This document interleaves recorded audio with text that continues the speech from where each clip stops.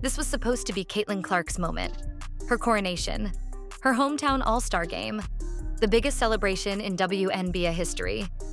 Instead, it turned into a disaster. Ticket prices crashed by over 75%. The arena that had been selling out for nearly 2 years suddenly had empty seats.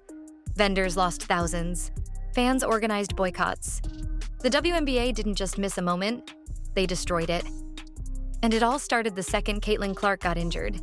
But this wasn't just about one player missing one game. This was about everything the league tried to hide, being exposed in front of the entire world. From corporate leadership fumbling the bag to refs refusing to protect their biggest star. What happened in Indianapolis was a wake-up call. And the numbers don't lie. So how did the WNBA turn the biggest opportunity in league history into a cautionary tale?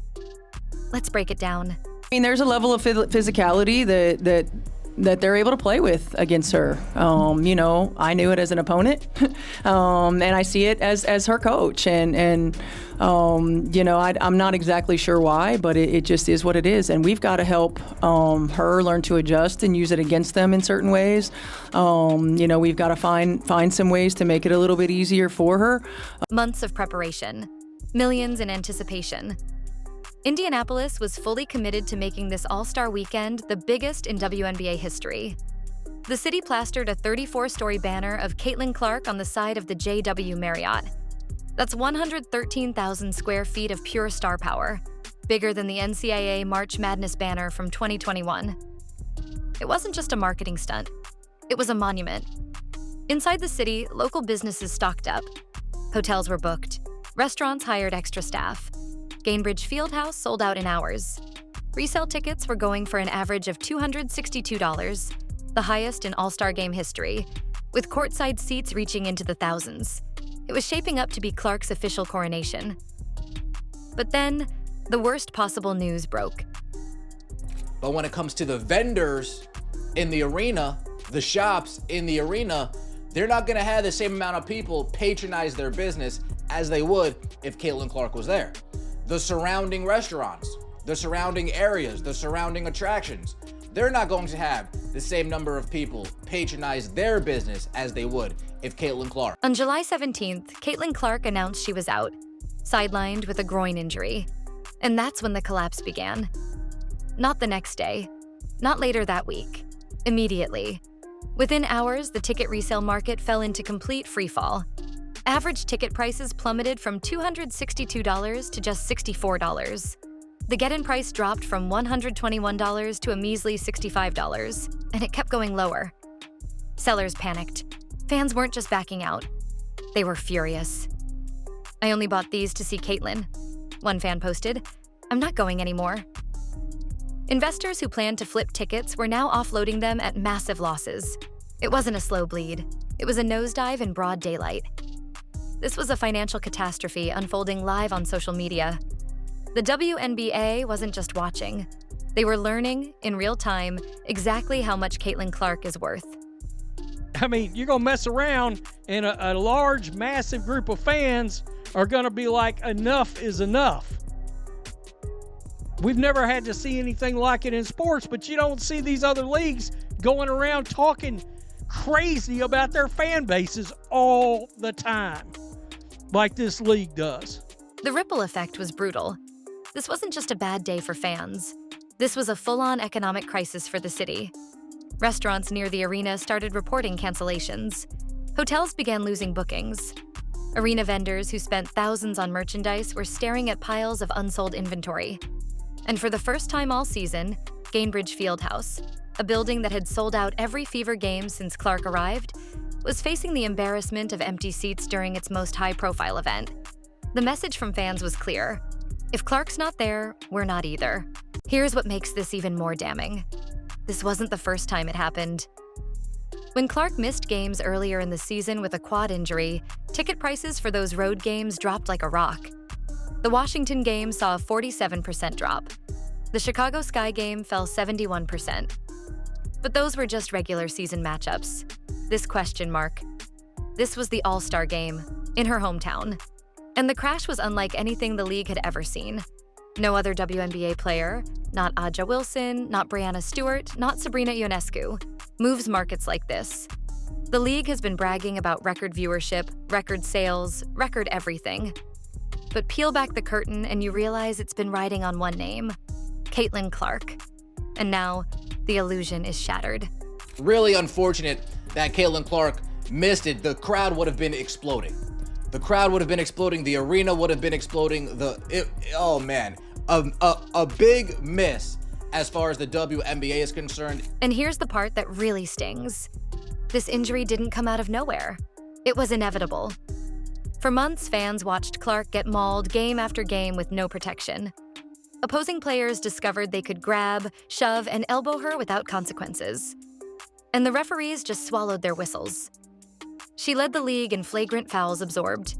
Over 20% of all flagrant fouls went her way, with Angel Reese and the Chicago Sky responsible for more than a few. And they weren't basketball plays. They were blatant assaults. And worse, they laughed about it. Fever coach Stephanie White warned everyone.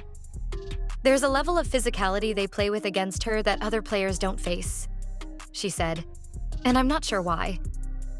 The Washington Post wasn't subtle either.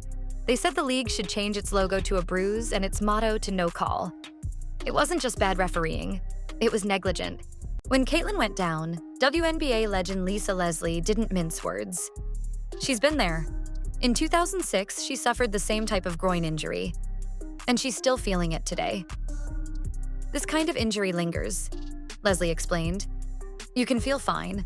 Then one sudden move, boom, the pain is back.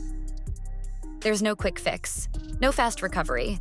And now Clark is forced to manage this midseason, carrying the weight of a broken league on her shoulders, literally and figuratively.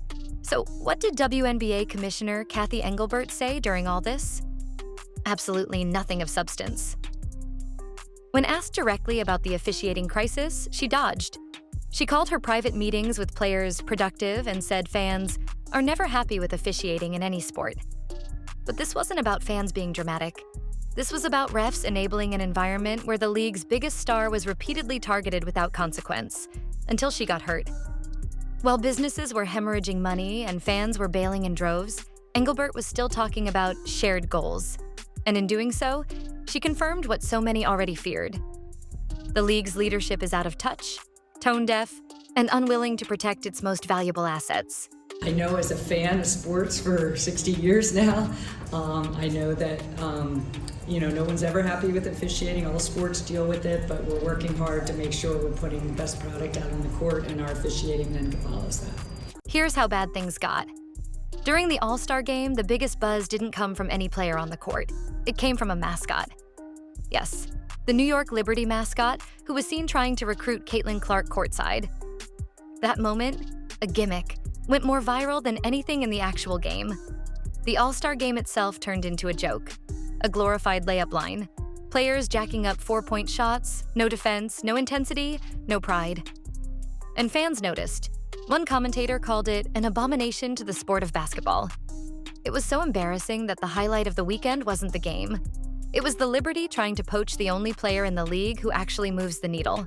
The absence of Clark didn't just expose a short-term problem, it exposed a long-term failure. This was the first real test of whether the league could function without her. And the answer was a resounding no. The buzz evaporated, the seats emptied, the gimmicks fell flat, and the truth became unavoidable. Caitlin Clark isn't just a star player, she's the entire product. And when you don't protect the product, you lose everything. The WNBA was handed a once-in-a-generation gift, a player who could transform the sport, bring in new fans, and shatter records. And they blew it. Instead of protecting her, they let her get targeted. Instead of listening to fans, they gaslit them with empty PR statements. Instead of fixing the product, they tried to polish a broken one.